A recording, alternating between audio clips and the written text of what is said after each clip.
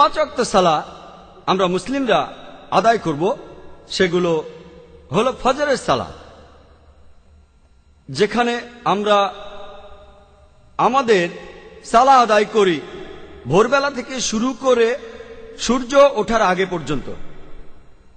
দ্বিতীয়টা হলো জোহরের সালাত, যে সময় সূর্য সবচেয়ে উপরে থাকে সেই সময় থেকে শুরু করে সূর্য যখন হেলে পড়ে অর্থাৎ দুপুর থেকে বিকেল পর্যন্ত সময়। তৃতীয়টা আসরের সালাত, জোহরের ওয়াক্ত শেষ হওয়ার পর থেকে সূর্যাস্তের ঠিক আগ মুহূর্ত পর্যন্ত। চতুর্থ হলো মাগরিবের সালাত, সূর্যাস্তের সময় থেকে শুরু করে আকাশে লালিমা থাকা পর্যন্ত। আর এশার সালাত আকাশে লালিমার পর থেকে মধ্যরাত পর্যন্ত যে কোনো সময় আদায় করা যায়। মুসলিমরা সালাত আদায় করবে প্রত্যেকদিন কমপক্ষে 5 বার। মসজিদে ঢোকার সময় মুসলিমরা আমাদের জুতো খুলে ফেলি, আর এই একই নির্দেশ আল্লাহ সুবহানাহু ওয়া তাআলা দিয়েছিলেন মুসা আলাইহিস সালামকে, ইহুদীদের নবী মোজেসকে। পবিত্র কোরআনেও এটার উল্লেখ আছে। সূরা তাহার 11 নম্বর ও 12 নম্বর আয়াতে উল্লেখ করা হয়েছে, যখন মুসা আগুনের কাছে আসলো সে একটা কণ্ঠ শুনল, হে মুসা, নিশ্চয়ই আমি তোমার প্রতিপালক, তোমার জুতো খুলে ফেলো, কারণ তুমি পবিত্র তুয়া পাহাড়ে রয়েছ। আর এই নির্দেশটা দিয়েছিলেন আল্লাহ সুবহানাহু ওয়া তাআলা মুসা আলাইহিস সালামকে। এই একই ধরনের কথা রয়েছে পবিত্র বাইবেলে, ওল্ড টেস্টামেন্টে রয়েছে। আর বুক অব এক্সোডাসের 3 নম্বর অধ্যায়ের 5 অনুচ্ছেদে বলা হয়েছে, তিনি মহান ঈশ্বর মুসার উদ্দেশ্যে বলছেন, তুমি আর কাছাকাছি এসো না, তোমার পা থেকে জুতো খুলে ফেলো তুমি, কারণ তুমি এখন পবিত্র স্থানে রয়েছ। এই একই ধরনের কথা বলা হয়েছে বুক অব অ্যাক্টসে 7 নম্বর অধ্যায় 33 অনুচ্ছেদে, যে ঈশ্বর মুসাকে বলছেন, তোমার জুতো খুলে ফেলো তোমার পা থেকে, কারণ তুমি এখন রয়েছ পবিত্র স্থানে। আমরা মুসলিমরা আমাদের এই সুযোগটাও দেওয়া হয়েছে যে আমরা জুতো পরে মসজিদের ভেতরে ঢুকতে পারবো, অথবা যখন নামাজ পড়ি আমাদের নবীজি এ কথা বলেছেন। আমাদের নবীজি বলেছেন, তোমার পায়ে জুতো থাকলে তার তলাটা পরিষ্কার থাকবে। এটা বলা আছে আবু দাউদে 1 নম্বর খণ্ড বুক অব সালাহ এ, কিতাবুস সালাহ 240 অধ্যায় হাদিস নম্বর 652। নবীজি বলেছেন, ইহুদিদের থেকে আমরা আলাদা, কারণ প্রার্থনা করতে গিয়ে তারা সবসময় জুতো বা স্যান্ডেল খুলে নেয়। এছাড়াও আবু দাউদে উল্লেখ করা হয়েছে 1 নম্বর খণ্ড কিতাবুস সালাহ 240 অধ্যায় 653 নম্বর হাদিস, যে আমর বিন শোয়েব তার বাবার কথা বলছেন, যে তার দাদা বলেছিলেন, আমি নবীজিকে দুভাবে সালাহ আদায় করতে দেখেছি, খালি পায়ে আর স্যান্ডেল পরে।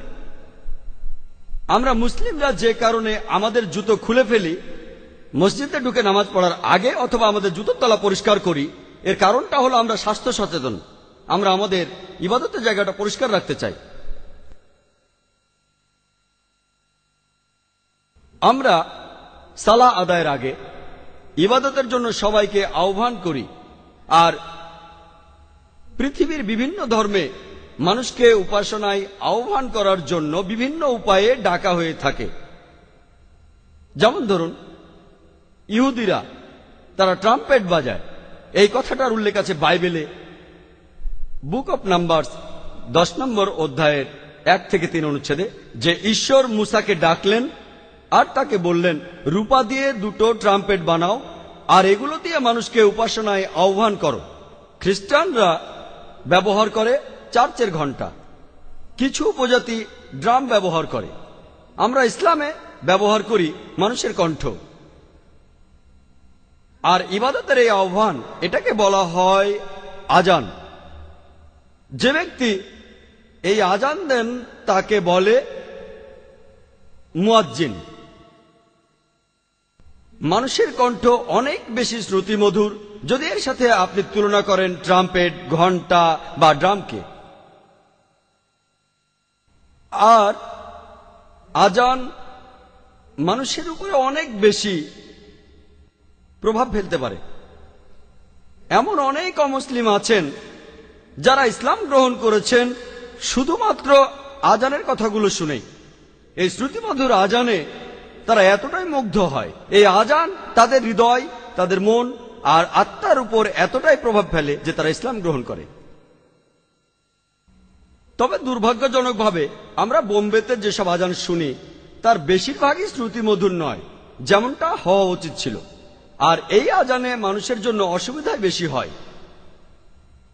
সেজন্য আমি সব মুয়াজ্জিনকে অনুরোধ করব, আপনারা হারমাইন শরীফের আজানটা শুনবেন, মদিনার মসজিদে নববী আর মক্কায় মসজিদে হারামের আজান। এই আজানগুলো শুনবেন যে আজান আসলে কেমন হওয়া উচিত। আজান শ্রুতিমধুর আর মনে শান্তি দেয়, পাশাপাশি আজান একটা বার্তাও বহন করে। তবে দুর্ভাগ্যজনকভাবে বেশিরভাগ অমুসলিমই তারা জানে না যে আজান আসলে কি বার্তা বহন করে আনে। গত ডিসেম্বরে আমি কেরালায় ছিলাম, গিয়েছিলাম একটা কনফারেন্সে যারা আয়োজন করেছিল কিছু মুসলিম, আর সেখানে একজন অমুসলিম মিনিস্টারকে আমন্ত্রণ করা হয়েছিল। তিনি তখন স্টেজের উপরে বক্তৃতা দিচ্ছিলেন, আর তিনি সেখানে মুসলিম এবং ইসলাম সম্পর্কে কিছু ভালো কথাও বলেছিলেন। তিনি বলেছিলেন যে ইন্ডিয়ানরা আমরা মুসলিমদের নিয়ে খুবই গর্বিত, মোগল শাসক তাদের জন্য আমরা গর্বিত। তারা খুব সুন্দর সুন্দর প্রাসাদ বানিয়েছিল, সুন্দর অনেক জিনিস বানিয়েছিল, আর সেজন্যই মুসলিমরা আমরা প্রত্যেক দিন 5 বার সম্রাট আকবরকে প্রশংসা করি। এটা শুনে হয়তো কৌতুক মনে হবে, তবে অনেক অমুসলিমই এমনটা মনে করেন, বিশেষ করে ইন্ডিয়ায়, যে আমরা আজান আর সালাতের সময় মোগল সম্রাট আকবরের প্রশংসা করি। কিছু অমুসলিম আছেন যারা পশ্চিমাদের সিনেমা মুগ্ধ হয়ে দেখেন। সেখানে প্রায় দেখা যায় একজন, সে আরবদের পোশাক পরে আছে, সে হলো ভিলেন, সে সন্ত্রাসী, আর সে তার তরবারি বের করার সময় বলে আল্লাহু আকবার। অমুসলিমরা ভাবে আল্লাহু আকবার বলে চিৎকার করে মুসলিমরা যুদ্ধের সময় অমুসলিমদের হত্যা করে। প্রত্যেক মুসলমানেরই উচিত অমুসলিমদের মন থেকে এই ভুল ধারণাটা দূর করে দেয়া। আর আমরা তাদের বলবো আজানের বার্তাটা আসলে কি। তাদেরকে আমরা আজানের অনুবাদটা বলবো যে যখন আমরা আজান দেই তখন আমরা বলি আল্লাহু আকবার, আল্লাহু আকবার, আল্লাহু আকবার, আল্লাহু আকবার। এটার অর্থ এই নয় যে আমরা সম্রাট আকবরের প্রশংসা করছি, অথবা এটা যুদ্ধের চিৎকার নয়। এটার অর্থ আল্লাহ সুবহানাহু ওয়া তাআলা সর্বশক্তিমান, মহান সৃষ্টিকর্তা সর্বশক্তিমান, আল্লাহ সর্বশক্তিমান, আল্লাহ সর্বশক্তিমান। আশহাদু আল্লা ইলাহা ইল্লাল্লাহ, আমি সাক্ষ্য দিচ্ছি যে আল্লাহ ছাড়া ইবাদত বা উপাসনা করার মতো যোগ্য আর কেউ নেই। আমি সাক্ষ্য দিচ্ছি যে আল্লাহ ছাড়া কোনো উপাস্য নেই।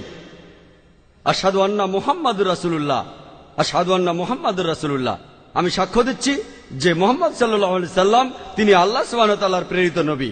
আমি সাক্ষ্য দিচ্ছি যে মুহাম্মদ সাল্লাল্লাহু আলাইহি সাল্লাম তিনি আল্লাহ সুবহানাহু ওয়া তাআলার প্রেরিত নবী।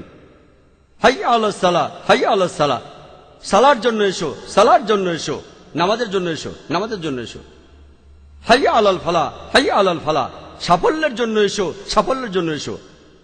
আল্লাহু আকবার, আল্লাহু আকবার, আল্লাহ সর্বশক্তিমান, আল্লাহ সর্বশক্তিমান, লা ইলাহা ইল্লাল্লাহ, আল্লাহ ব্যতীত কোনো উপাস্য নেই। আমাদের এই আজানের অর্থটা ব্যাখ্যা করতে হবে অমুসলিমদের কাছে।